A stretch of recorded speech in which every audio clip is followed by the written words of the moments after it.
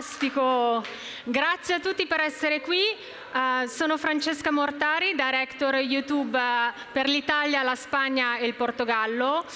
So che da programma era previsto anche una presenza virtuale con Jack Savoretti. Purtroppo per problemi personali non sarà con noi, ma questo non ci fermerà a parlare di musica. Non ci fermerà a parlare dell'importanza della musica su YouTube, del potere della musica, e lo faremo appunto con un'angolatura, una lente direi assolutamente meravigliosa, che è quella di YouTube, il più grande stage musicale virtuale che ha avuto la capacità e che ha la capacità di mettere insieme le persone, di unirle dal punto di vista emotivo e dal punto di vista intellettuale, come nessun altro mezzo è stato in grado di fare in questo momento. Ovviamente non sono solo io qua, abbiamo un ospite specialissimo che ci racconterà dell'importanza della musica su YouTube e dell'importanza della musica nelle nostre vite. È un personaggio molto importante, è stato per poco tempo anche il mio capo e una carriera fantastica nell'ambito musicale. Devo un attimo vedere anche tutti i grandi successi che ha raggiunto in questo periodo. È stato il top man alla New York rap label Def Jam. Nel 2004 ha preso un ruolo molto importante di leadership in Warner Music.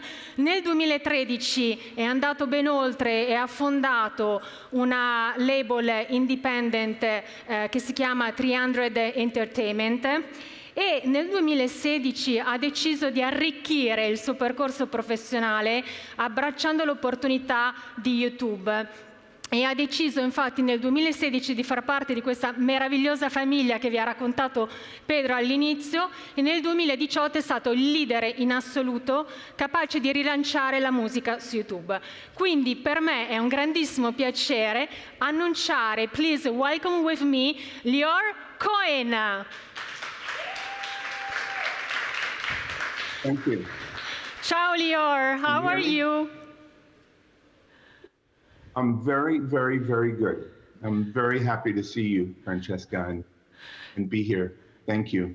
Thank you very much, Lyor, for being here with us. We have a special and meravigliosa audience with us today. And as you know, we would love to bring to everyone's attention the power of music. I believe that now you're based in London, right? Yeah, the last time we spoke, I was in Venice. I spent most of the last 2 years without an address, primarily in Italy. So I had a nice, my family and I spent a lot of time in Corvara and Venice. We spent a long time in Capri. And now, after 3 weeks, we have an address in London. So it's amazing to be here, and I can say that I thought that Pedro's presentation was amazing, and one thing that I could say about this pandemic is what I learned from this pandemic is I have zero interest in returning to normal. I want to leapfrog and go to the extraordinary. And I think it's wonderful to hear that this conference is about wonderful, and I hope that we don't return back to normal and that we actually leapfrog to the extraordinary. And we've been having some extraordinary opportunities to bring artists and their fans together throughout the world. Pedro mentioned some of the really beautiful things, but I can say that the people that work in the music team are committed to helping new artists find their fans. And I think that Pedro mentioned this new product called Shorts. We think that this is going to be one of the, like Pedro said, the new canvas that artists can paint with. And so we're very, very, very excited about this new product. That's amazing, Lyor, and I believe that based in London, it means also a lot to try to understand new trends in the music space. I have, I would say, a wider question for you. I would love to understand from your experience, what does it mean music for YouTube and YouTube for music? You mentioned shorts, but I believe that is even more. Well, over the last 12 months, it's actually accelerating. We generated $4 billion to artists and songwriters, publishers, record companies over the last 12 months. The acceleration of monetization on the platform for artists are spectacular. We've crossed 50 million subscribers, and yeah, we believe that we can be the #1 revenue source to the music industry by 2025 because of our twin engines of growth, advertising and subscription. It's been really wonderful watching the business grow. So I would say that this is meraviglioso, but I would love to be back just 1 second to your career path. I read a lot of articles about your terrific career in music, but I would love to understand from you, how did this amazing journey start? When you realized that you wanted to have a space in the music industry, can you share more about your journey? I had incredibly supportive parents. We sat, I'm one of 4 brothers, and we sat in the kitchen table and with our parents, and our parents always begged us do everything in our powers to avoid work. And they said that having a career is a very modern idea, that several generations ago, nobody had a career, they just went to work. And now you could actually choose. And because of the support of my parents, I lucked out and found a career in music. I started as Run DMC's road manager and the Beastie Boys road manager. I went on to manage them. We started a company called Def Jam Recordings, which is a spectacular label that a lot of people have a deep love affair for. Artists like the Beastie Boys, LL Cool J, Public Enemy, very important artist in Italy, and many, many, many artists. And I just feel like I remember when I sat at my parents' kitchen table and I was explaining that there are some people that talk instead of sing, and they would like for me to go to New York to work with them. And my father was stroking his beard and said, you know, there's an instrument called the contract. Just in case things go wrong, you don't have to memorize what you committed to or what they committed to you. And my mother cut him off and said, contract, no contract, just go to New York. And if it doesn't work out, come back home and we have you. And so it's very unusual because a lot of parents want their children to be doctors, lawyers, or accountants and stuff like that. But my parents really spent a lot of time encouraging us to find our passion. And music was pumping. My dad had the first turntable that was connected to the intercom system. And so throughout the house, we heard Dixieland jazz and chamber music. So go figure how I got into rap music. So So that's amazing, and I believe that you will go for the same, in the same way with your family and with your kids. And thanks a lot for sharing these memories. And this is highlighting how music was important in your life. I believe that music is really important in everyone's life. And if I remember this year, for example, when Italy won the Euro Cup, we had people singing Notti Magiche and other amazing songs. So music is really important for our life. Why, from your perspective, you work in this industry, you work in Google, you work in YouTube, but why you believe that music is so important from an emotional point of view and has this strong ability to connect people?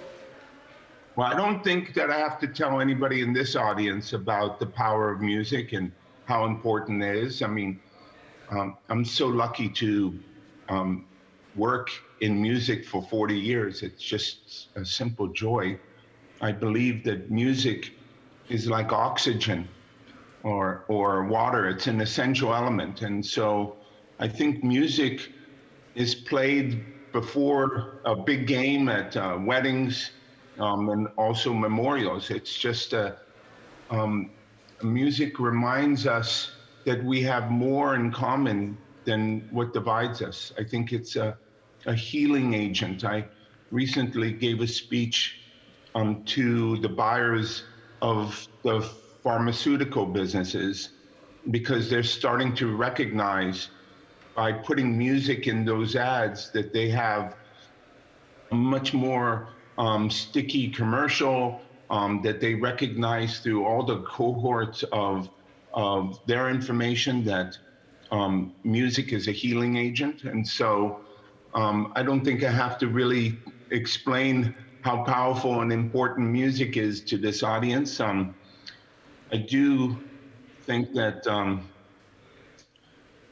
this world is in a very awkward and troubled place. And one of the things that I can tell you is the people in that work in music work really, really hard because we really believe that we are that music can heal and bring us together. And so I think we're experiencing that right now. And Lyor, thanks for sharing this. I remember one of our conversation some months ago when you were in Italy, and you mentioned to me how you were impressed about a clear image about some famous Italian city during the lockdown where you notice, everyone noticed empty street and people on the balcony singing. And this is something, yeah, exactly. This is something that really bridges music with emotion in a very specific, difficult period of our life. I know that you're very close to Italy, you mentioned before. Can you share more about your relationship with Italy and the creativity that Italy can bring to the music also? It's fantastic. One of the most moving moments, I can tell you, in this whole pandemic, when you saw Italian people coming to their balconies and singing. And I can tell you that this was the shot that rang the bell throughout the world. And wow, to me, this was actually also the inspiration of why Bocelli did the Duomo performance on Easter. Those images were so powerful. And what a beautiful thing, the Italians win an important football match. But I can tell you those people singing on the balcony during the most dark stages of the pandemic was significantly more powerful and communicated the joy of optimism that Italians have through music and song. And I think it was one of the most powerful images and moments. It was that everyone remember. Moment. Yeah. Yes. And I would love also to share with the audience another things that you mentioned to me a few days ago. I have to read because I don't want to make any mistake, because to me this sentence from you was really powerful. You highlight on different occasions that music started as an audio business and then became an audio video business, and now it's a visual audio business. Can you please share more about this? I believe that this is super powerful and is really summarized the power of music now. Well, I can say this is not my invention. It was actually Chuck D's invention.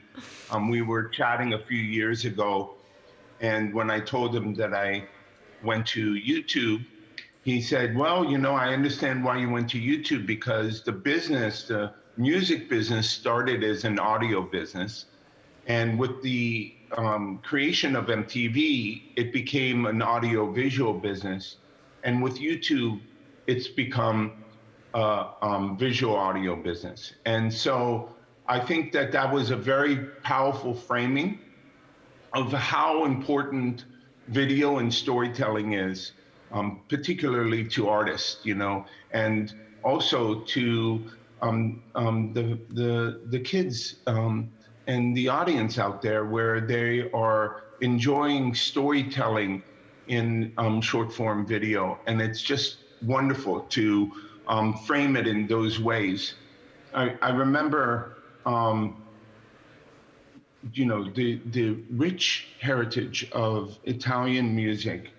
There is one artist, I mean, you're going to laugh because it's, you know, probably obvious to you, but I used to hike every morning and listen to this guy, Lucio Dalla.